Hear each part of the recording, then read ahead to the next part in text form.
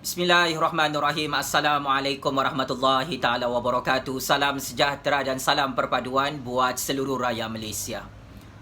Pakcik, makcik, ada berita politik yang sangat-sangat mengejutkan untuk hari ini.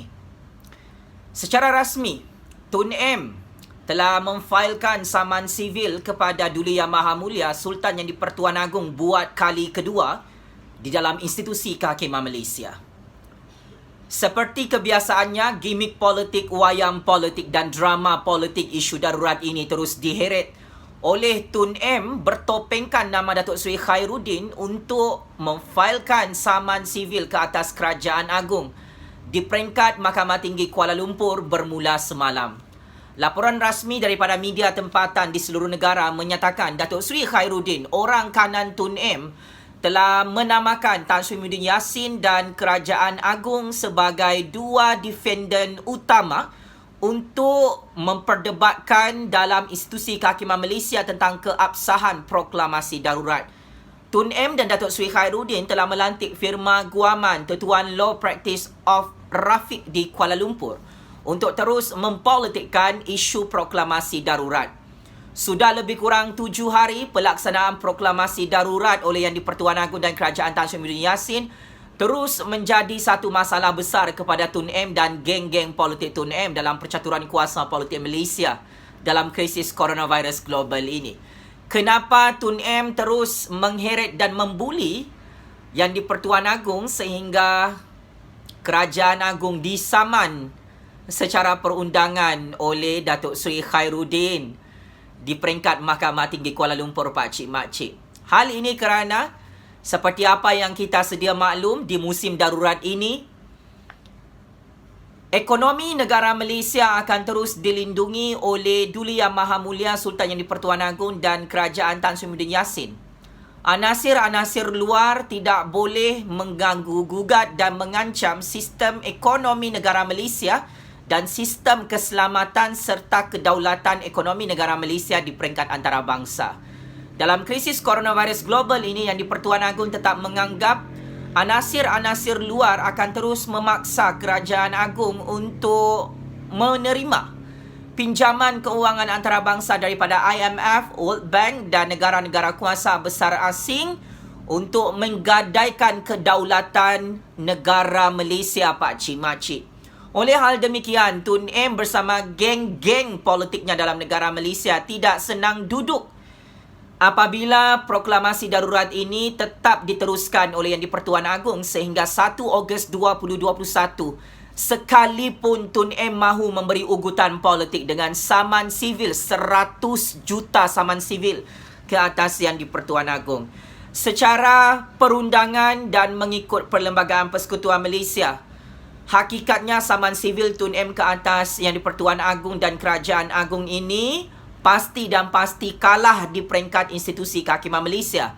Kerana berdasarkan sistem raja berperlembagaan dan sistem demokrasi berparlimen Malaysia, sudah jelas dan terang dinyatakan oleh Ketua Hakim Negara, proklamasi darurat yang diisytiharkan oleh Yang di-Pertuan Agong dalam negara Malaysia tidak boleh dicabar dan tidak boleh disaman oleh Tun M dan geng-geng politiknya dalam kumpulan Anwar Ibrahim, DAP Pakatan Harapan maupun bersama Datuk Seri Khairuddin Abu Hassan. Bagi Tun M, beliau tetap menganggap deklarasi darurat oleh Yang di-Pertuan Agong tidak memenuhi syarat perundangan. Bagi Tun M, deklarasi darurat yang dilaksanakan oleh Yang di-Pertuan Agong sehingga hari ini 19 Januari 2021 tidak berperlembagaan. Bagi Tun M, proklamasi darurat oleh Tan Sri Muhyiddin Yassin dan Kerajaan Agong itu adalah satu penyalahgunaan kuasa. Ini adalah satu kritikan yang cukup tolol, yang cukup jahil, yang cukup bangang dikeluarkan oleh Tun M, yang mana Tun M gagal memahami bahasa Melayu Istana Yang di-Pertuan Agong. Secara jelas dan terang, Yang di-Pertuan Agong telah menyatakan proklamasi darurat ini adalah mengikut Perkara 150 Perlembagaan Persekutuan Malaysia. Deklarasi darurat ini telah menepati syarat darurat yang mana diyakini oleh kebijaksanaan baginda. Nasihat Tan Sri Muhyiddin Yassin selaku Perdana Menteri adalah tepat dengan gambaran keadaan realiti. Angka coronavirus semakin kritikal dan semakin kronik dalam negara Malaysia sehingga undang-undang sedia ada di bawah PKP tidak mampu untuk mengawal masalah krisis coronavirus dalam negara Malaysia. Paling memalukan dan menjijikkan apabila Yang di-Pertuan Agong telah menjelaskan dalam kenyataan rasmi baginda bersama Kerajaan Tan Sri Muhyiddin Yassin, proklamasi darurat ini bukanlah satu penyalahgunaan kuasa, akan tetapi ia adalah satu pelaksanaan kuasa untuk menyelamatkan nyawa Tun M, nyawa rakyat-rakyat Malaysia daripada cepat mampus oleh wabak penyakit coronavirus, pakcik makcik. Kegagalan Tun M dan peguam-peguam beliau bersama Datuk Seri Khairuddin adalah mereka menganggap proklamasi darurat ini adalah proklamasi politik. Sedangkan proklamasi darurat yang di-Pertuan Agong dan Kerajaan Tan Sri Muhyiddin Yassin ini adalah tentang keselamatan dan kedaulatan negara Malaysia di peringkat antarabangsa. Ketakutan dan mimpi ngeri Tun M, pakcik makcik, sehingga terpaksa mengeluarkan saman sivil buat kali kedua kepada Yang di-Pertuan Agong dalam institusi kehakiman Malaysia apabila Yang di-Pertuan Agong dan Tan Sri Muhyiddin Yassin memberi amaran terakhir di musim darurat.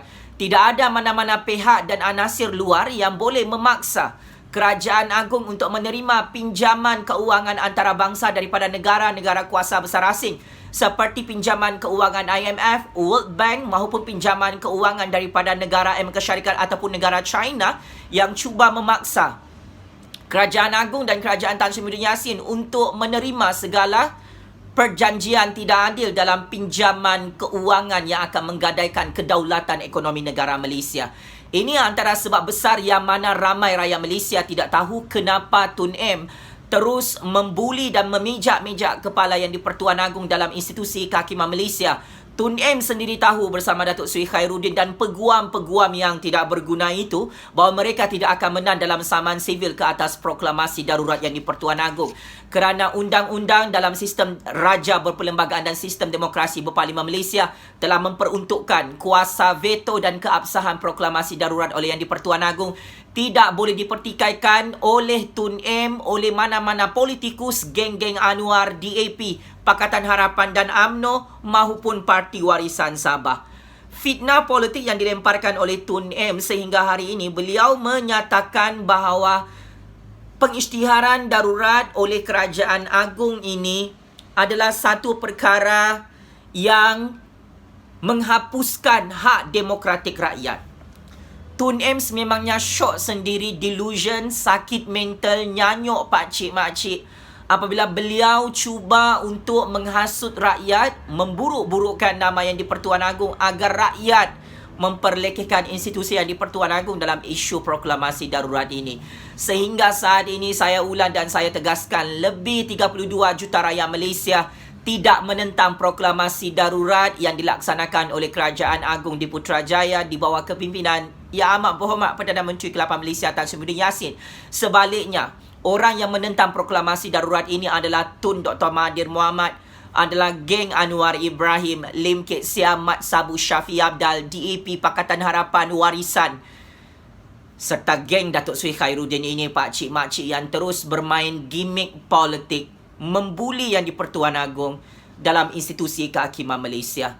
Saya buat sekali lagi, saya ingin mengulangi perkara ini. Saya mengecam dan mengutuk sekeras-kerasnya penderhakaan Tun M ke atas Yang di-Pertuan Agong sehingga mengeluarkan saman sivil bermotifkan pembulian politik buat kali kedua hanya semata-mata Yang di-Pertuan Agong melaksanakan kuasa baginda mengikut perkara 150 proklamasi darurat bagi menyelamatkan nyawa rakyat di musim coronavirus.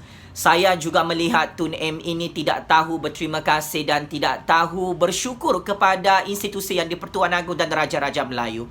Selama ini Tun M menjadi Perdana Menteri dari tahun 1981 hingga tahun 2020 adalah atas budi dan kebaikan serta kepercayaan institusi Yang di-Pertuan Agong kepada Tun Dr. Mahathir. Tetapi Tun M terus menjadi pengkhianat, terus menjadi penderhaka, terus menjadi si ketol moden, memburuk-burukkan nama Yang di-Pertuan Agong dalam institusi kehakiman negara Malaysia.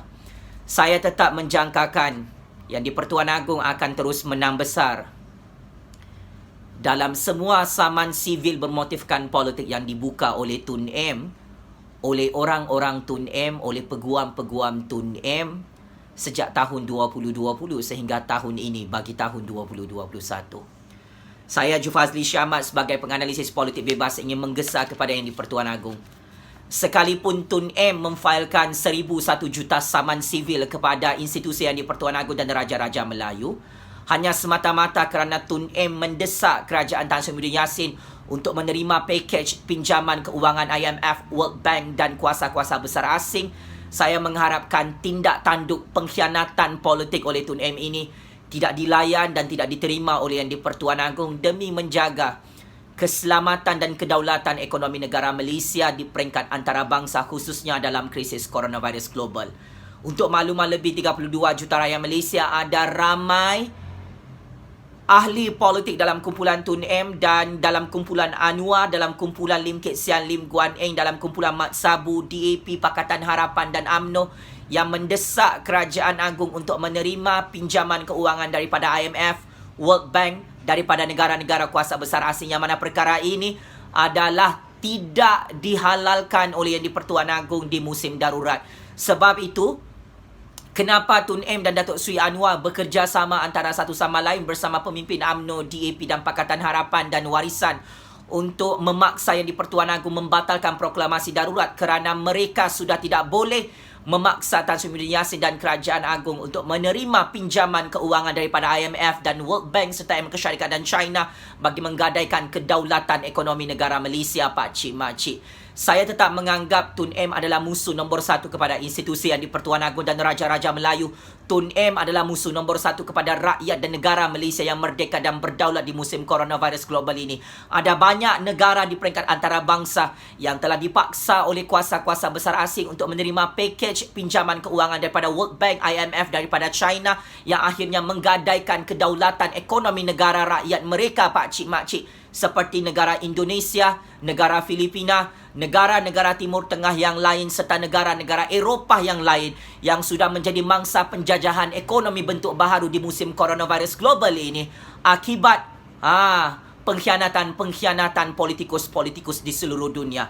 Atas kebijaksanaan Yang di-Pertuan Agong, saya Jufazli Syahmat kekal setia kepada raja dan negara.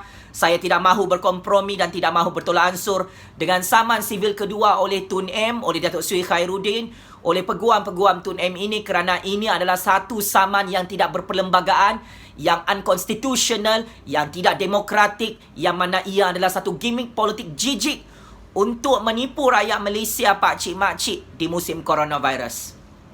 Seperti mana Tun M, Anwar, DAP dan Pakatan Harapan menipu tentang manifesto PRU 14 di hadapan kita semua, Pak Cik Mak Cik.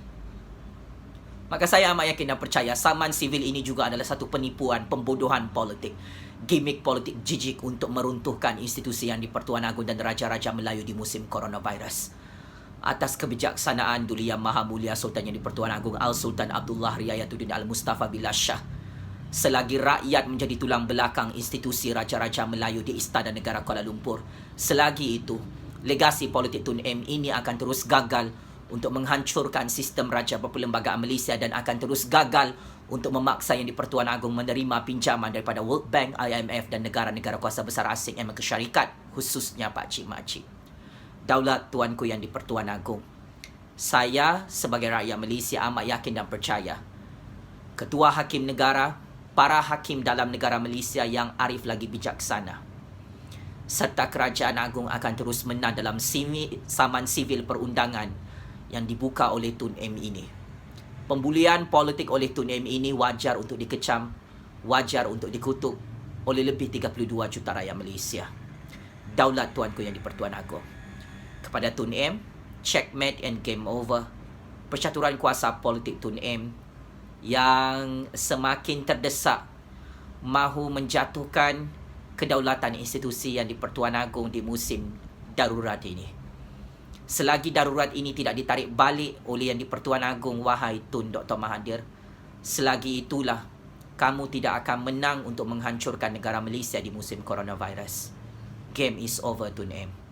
Sekian, wabillahi taufiq wal hidayah. Wassalamualaikum warahmatullahi ta'ala wabarakatuh. Terima kasih.